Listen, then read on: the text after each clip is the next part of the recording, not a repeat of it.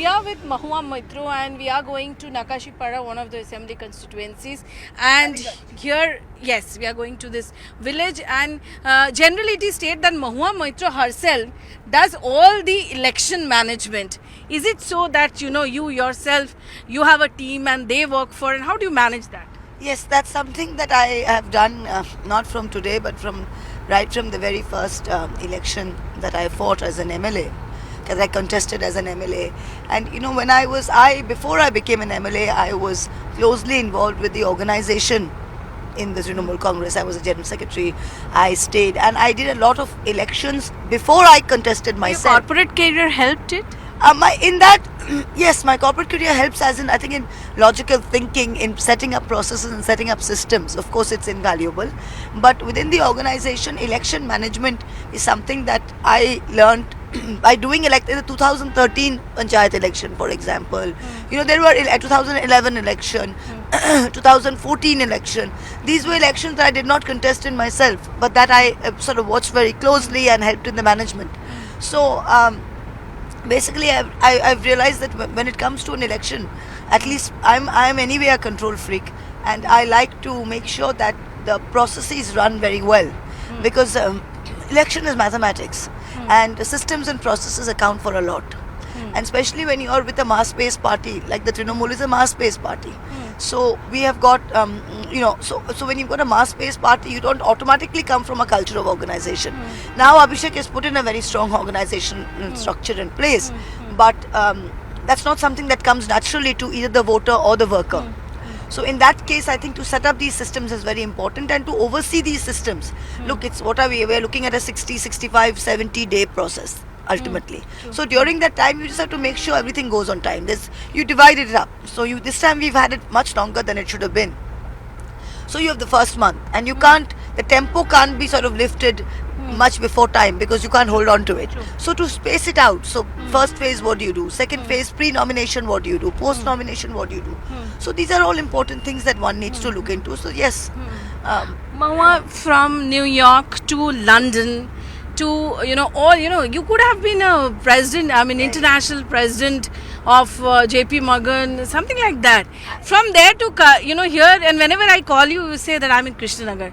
So, when there is so much, at times when there is so much of controversy, do you think that would have been better? Not at all, not at all. There was a reason why I was here. This is my passion, this is my calling.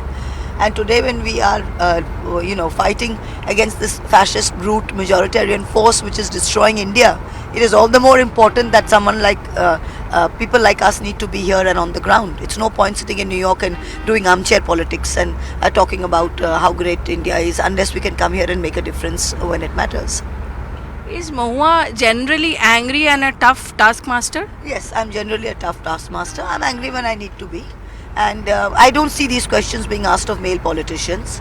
I've seen many ill-tempered, badly behaved, angry male politicians who are never asked this, and so I don't know why these questions are reserved only for women.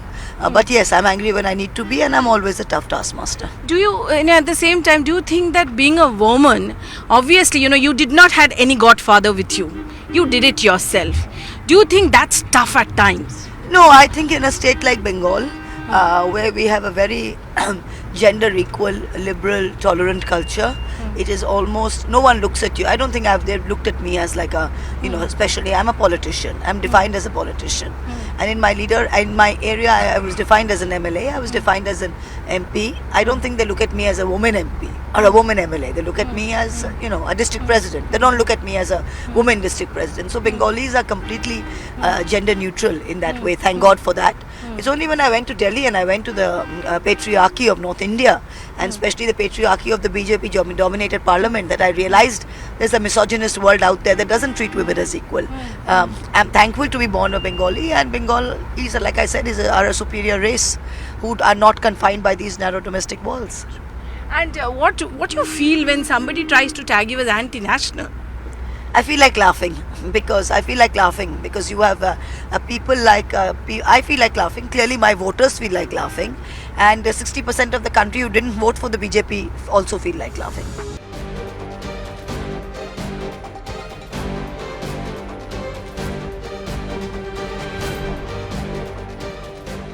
Mahua, in my one side there is Lokir Bhattad, in another side there is this Sandesh Khali issue where they are saying that bad things the Trinamool has done bad things with the woman. How do you react? I think Sandesh Khali is something that is being really pumped up in the national media by the Godi media. It is one incident limited to one particular block of one Lok Sabha. As you can see, there is absolutely no repercussion anywhere else. Whatever has happened has been dealt with very strongly by the state government. I think that's the end of it, frankly. And you can see here that we are a gender-neutral state. Women have equal rights and privileges, and Mamata Banerjee, as a lady chief minister, has done her utmost and has succeeded in empowering every rural woman here. So I think that's all that matters. There are hiccups in the campaign too, as you can see, all the branches of the trees, they are also falling in the way. Mahua, also, so much of people are coming out talking to you. You are saying Lokki Bhattad, and you have, and there is this thing that ED CBI is behind you, and some of them say people are garlanding her. She is talking. ED and CBI may be behind me, but my people are in front of me. So there is this also thing that you might have to fight it behind the bars. That's also there in the market, and your mother is also ready. She tweeted. I've never walked away from any challenge in my life that is thrown my way. So if so be it, then so be it. Also the ED CBI rumors, you are enjoying that too. Well, the poor fellows, they're only doing their job. What do you say? They're only doing their jobs. Every ED and CBI official knows it's a politically cooked up case, and the poor officials have to do their job. They're very polite and civil about it. So if it's the Prime Minister and the PMO and the HM's office that are running it, and so I have really nothing against the officials, but the whole world can see it for what it is for. They're counting your saris. That's why somebody told us that. Yeah. They counted my saris. They counted 82, and they wanted to know the price of each one. Mahua, there is your opposition here. They are saying Rani Ma, and none other than the Prime Minister has called her. What do you have to say about her? It's a BJP's Prime Minister, and he's an election minister. So it's natural that he will call their candidates. And as I've said, I have nothing personal to say about the opposing candidate. She is a member of her party and has stood against me. Good luck to her. And all I can say is that we're a democratic country, a world's largest constitutional democracy. And in Bengali we have a saying, Kon Rajar Ma. So that's a question I would like to ask the BJP. Can they tell us which Raja's mother she is? That's the only question. But apart from that, the BJP is what the BJP is. I'm fighting the BJP. I'm fighting its symbol. I'm fighting its fascist forces. Who the candidate is completely irrelevant to me. She's saying that she's protecting this fight is against corruption and protecting Sanatan Dharma. Okay. Good luck to her for protecting Sanatan Dharma. I didn't realize that the Hindu faith had been given on lease to the Roys of Krishnanagar. But if they are indeed protecting them, then I think they should have thought twice about being traitors to this country and selling out the state of Bengal to the Kingdom of Bengal to Robert Clive. So I think she's got a very long and illustrious history of treachery. So it really doesn't matter to me what she says. Oh, what about corruption? Corruption is an issue in West Bengal. The ministers are inside, and one MLA from this area also. Well, when 82% or 92% of all ED and CBI cases are against the opposition, and the minute any so-called corrupt member joins the BJP, all cases against him are normally him or her are immediately dropped. I don't think that this corruption hawa started by the BJP has anything whatsoever, because this whitewashing machine of the BJP. So I think this is something like where I said it's 92% of all cases are against opposition members. One would think that the BJP are all saints and holy men. And the minute the so-called corrupt members join the BJP, all cases are dropped. They are saying that they are thinking of giving back the money. What's your take on that? Why doesn't he start with giving back the 15 lakhs that he had promised us? Why doesn't he start with repaying not even repaying, just paying the 100 days wages, that 8,000 crores plus interest that they withheld illegally from the state of Bengal? Why don't they start by paying the Awas Yojana homes that they have illegally withheld from the thing of Bengal? Let's start with paying those back before they start. what about this CAA that's been implemented? You all are saying foreigners and BJP is saying you all are misleading. The CAA, you see, the CAA has actually turned out to be a terrible trap for the BJP. They started the CAA by Hawa in 2019, and they tried to tell everybody that there's a special citizenship that you're going to get. And they try to divide Hindus and Muslims and create fear among the Muslims, saying that you'll be taken away to Pakistan. And then for 5 years they didn't do anything. Now what's happened is the Matwas and the Nomoshudros, who were essentially their CAA vote bank, after 5 years they've notified it and they've said you have to go to a website. And the first, Chacha, Ashibat Korben, the first question is, are you an Indian citizen, yes or no? Now tell me who in their right mind, any Matwa, any Nomoshudro in Bengal who's come after the 71 war, who is Asha Didi, bhalo thako, has got Lokhir Bandar, got an Aadhaar card, got a voting card, is going to go and say, oh, I'm not an Indian citizen. By doing that, they are designating themselves as illegal aliens. Second question is, if you've come from Bangladesh, where are your papers? People who've come after the 71 war were refugees. Are they going to have their grandfather's birth certificate or their mother's land deed? So you see, these people have realized this entire thing is just bunkum.